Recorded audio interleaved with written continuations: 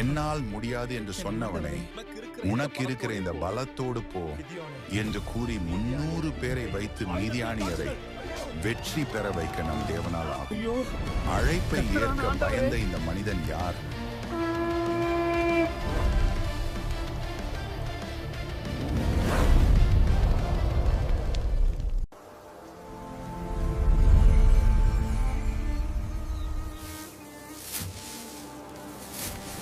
பராக்கிரமசாலியே, கர்த்தர் உன்னோடே இருக்கிறார். என் ஆண்டவனே, கர்த்தர் எங்களோடே இருந்தால் இவையெல்லாம் எங்களுக்கு ஏன் நேரிடுகிறது? எங்கள் பிதாக்கள் சொன்ன அவர் அற்புதங்கள் எங்கே? அவர் எங்களை எகிப்திலிருந்து கொண்டு வரவில்லையா? இப்பொழுது கர்த்தர் எங்களை கைவிட்டு மிதியானியர் கையில் எங்களை ஒப்புக் கொடுத்தாரே. உனக்கு இருக்கிற இந்த பலத்தோடே போ. நீ இஸ்ரவேலை மித்யானியரின் கைக்கு தப்புவித்து ரட்சிப்பாய். உன்னை அனுப்புகிறவர் நான் அல்லவா? என் ஆண்டவரே, நான் இஸ்ரவேலை எதனாலே ரட்சிப்பேன்? இதோ மனாசேயில் என் குடும்பம் மிகவும் எளியது. என் தகப்பன் வீட்டில் நான் எல்லாரிலும் சிறியவன்.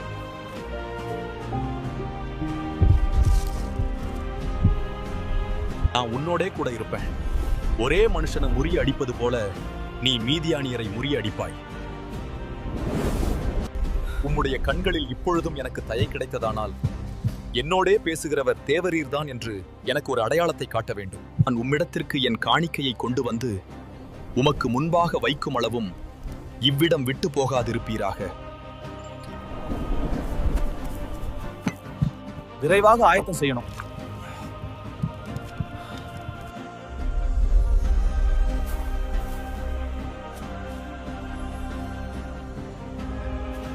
நீ இறைச்சியையும் புளிப்பில்லாத அப்பங்களையும் எடுத்து இந்த கற்பாறையின் மேல் வைத்து ஆணத்தை ஊற்று.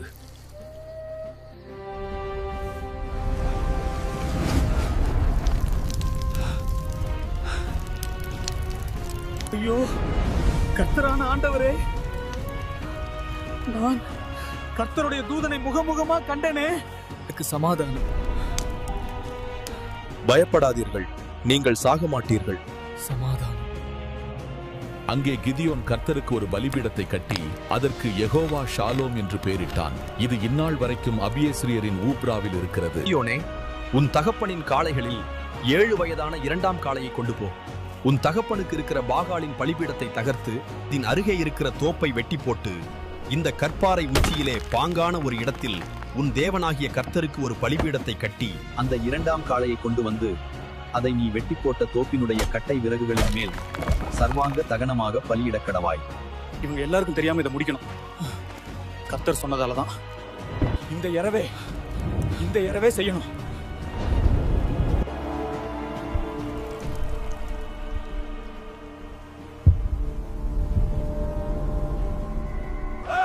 பாகாலின் பலிபீடம் முழுசா தகர்ந்து போயிருக்கு. பக்கத்துல இருந்த தோப்பும் வெட்டப்பட்டிருக்கு.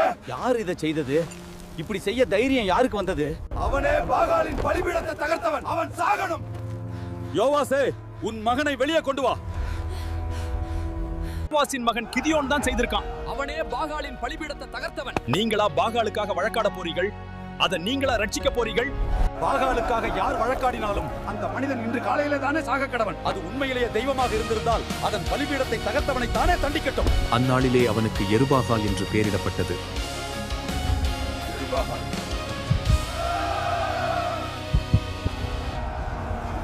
மீதியானியரும் அமலேக்கியரும் கிழக்கத்தி புத்திரர் யாவரும் ஏகமாய் கூடி, கர்த்தாவே, எனக்கு பலம் தந்தா.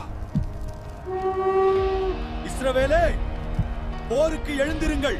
தேவரீர் சொன்னபடி என் கையிலே இஸ்ரவேலை ரட்சிக்க வேண்டுமானால் இதோ நான் மயிருள்ள ஒரு தோலை களத்திலே போடுகிறேன். நீ தோலின் மேல் மாத்திரம் பெய்து பூமி எல்லாம் காய்ந்திருந்தால் அப்பொழுது தேவரீர் சொன்னபடி இஸ்ரவேலை என் கையினால் ரட்சிப்பீர் என்று அதனாலே அறிவேன். அப்படியே ஆயிற்று.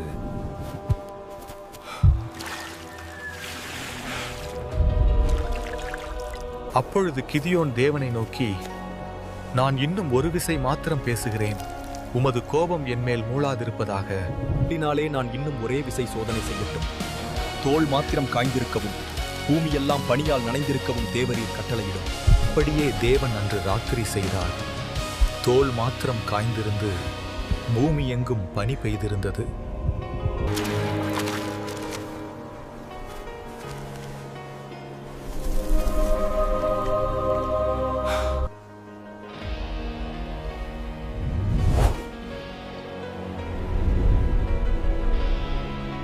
அப்பொழுது எருபாகாலான கிதியோனும் அவனோடு இருந்த ஜனங்களும் காலமே எழுந்து புறப்பட்டு ஆரோத் என்னும் நீரூற்றின் அருகே பாளையம் இறங்கினார்கள். கிதியோனே, மீதியானியரின் பெரிய பாளையம் உங்களுக்கு வடக்கே ஓரே மேட்டிற்கு பின்னிருந்த அந்த ஆழமான பள்ளத்தாக்கிலே தங்கி இருக்கிறது.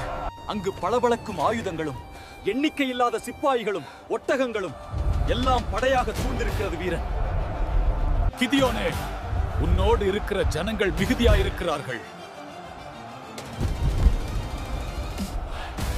என் கை என்னை ரட்சித்தது என்று இஸ்ரவேல் எனக்கு விரோதமாக வீம்பு பேசுகிறதற்கு இடமாகும். திகிலும் உள்ளவன் எவனோ அவன் திரும்பி கீலேயாத் மலைகளிலிருந்து விரைவாய் ஓடிவிடுங்கள். கிதியோனே, 22,000 வீரர்கள் திரும்பி போய்விட்டார்கள்.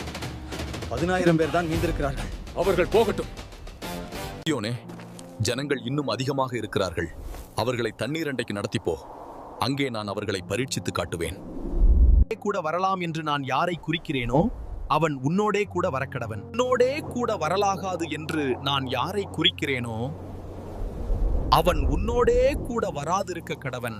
என்னதான் இன்னும் பரீட்சை இருக்குமோ? கடவுள் கிதியோனோட இருக்கிறார். பயப்படாதீங்க. மீதியார் நம்ம பார்த்துட்டாங்கன்னா தண்ணீரை ஒரு நாய் நக்கும் பிரகாரமாக அதை தன் நாவினாலே நக்குகிறவன் எவனோ அவனை தனியேயும் கிறதற்கு முழங்கால் ஊன்றி குனிகிறவன் எவனோ அவனை தனியேயும் நிறுத்து. தங்கள் கையால் அள்ளி தங்கள் வாய்க்கெடுத்து நக்கிக் கொண்ட அந்த 300 பேராலே நான் உங்களை ரட்சிப்பேன். கிதியோனே, கர்த்தரே, எல்லாம் உமது கிருபை. கிதியோனே, மீதியானியரை உன் கையில் ஒப்புக் கொடுப்பேன். இதுதான் கர்த்தரின் நேரம். பயப்படுபவர்கள் உங்கள் வீடுகளுக்கு திரும்பிச் செல்லலாம். ஆனால் இந்த 300 பேர் தங்கி இருந்து போரிடுவார்கள். உனக்கு பயம் இருப்பின் உன் வேலைக்காரனாகிய பூராவோடு சேர்ந்து கீழே போ. அவர்கள் சொல்லுகிறதை கேள். அப்பொழுது உன் கரங்கள் பலமாகும். நீ எழுந்து அந்த பாளையத்திற்குள் இறங்கிப்போ. அதை உன் கைக்கு ஒப்புக் கொடுத்திருக்கிறேன். பூரா என்னுடன் வா. இப்பொழுதா? கீழே அந்த பாளையத்திற்குள்ளா? சரி, நான் உங்களோட வருகிறேன். சுட்டிருந்த ஒரு வார்கோதுமை அப்பம் மீதியானியரின் பாளையத்திற்குள் உருண்டு வந்தது. அது எங்கள் கூடாரத்தை வந்தவுடனே அதை தள்ளி கவிழ்த்து போட்டது. கூடாரம் தரையில் விழுந்து போயிற்று. சகோதரா, இது வேறு எதுவும் அல்ல, இஸ்ரவேலியனாகிய கிதியோனின் பட்டயம். தேவன் மீதியானியரையும் எங்கள் எல்லா படையையும் அவன் கைக்கு ஒப்புக் கொடுத்திருக்கிறார். அப்பொழுது கிதியோன் கேள்விப்பட்ட வார்த்தைக்கு கர்த்தரை தொழுதான். அவன் மீண்டும் பாளையத்திற்கு திரும்பினான். எழுந்திருங்கள், கர்த்தர் மீதியானியரின் பாளையத்தை உங்கள் கைகளில் ஒப்புக் கொடுத்தார். நான் செய்வதை பார்த்து அப்படியே நீங்கள் செய்யுங்கள். நானும் என்னோட இருக்கும் சகலமான பேரும் எக்காலம் ஊதும்போது நீங்களும் பாளையத்தை சுற்றி எக்காலங்களை இப்பொழுது உங்கள் குரல் முழங்கட்டும். கர்த்தருடைய பட்டயம், கிதியோனுடைய பட்டயம் என்பீர்களாக.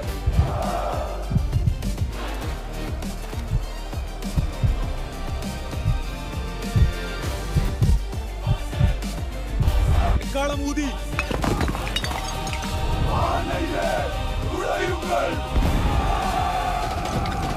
கர்த்தருடைய பட்டயம், கிதியோனுடைய பட்டயம்.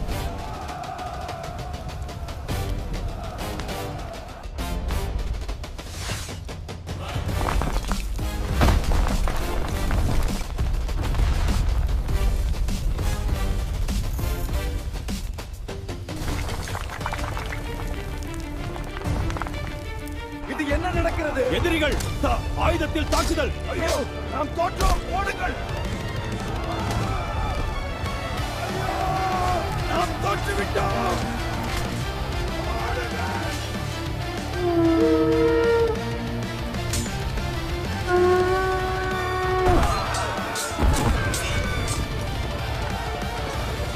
அப்பொழுது நப்தலி மனுஷரும் ஆசேர் மனுஷரும் மனாசேயின் சகல மனுஷரும் இஸ்ரவேலர் கூடி மீதியானியரை பின்தொடர்ந்து போனார்கள்.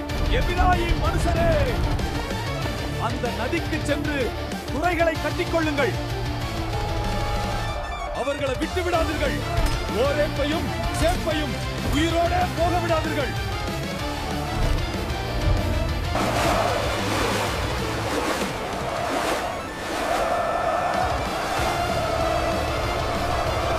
முன்னேறுங்கள் வீரர்களே.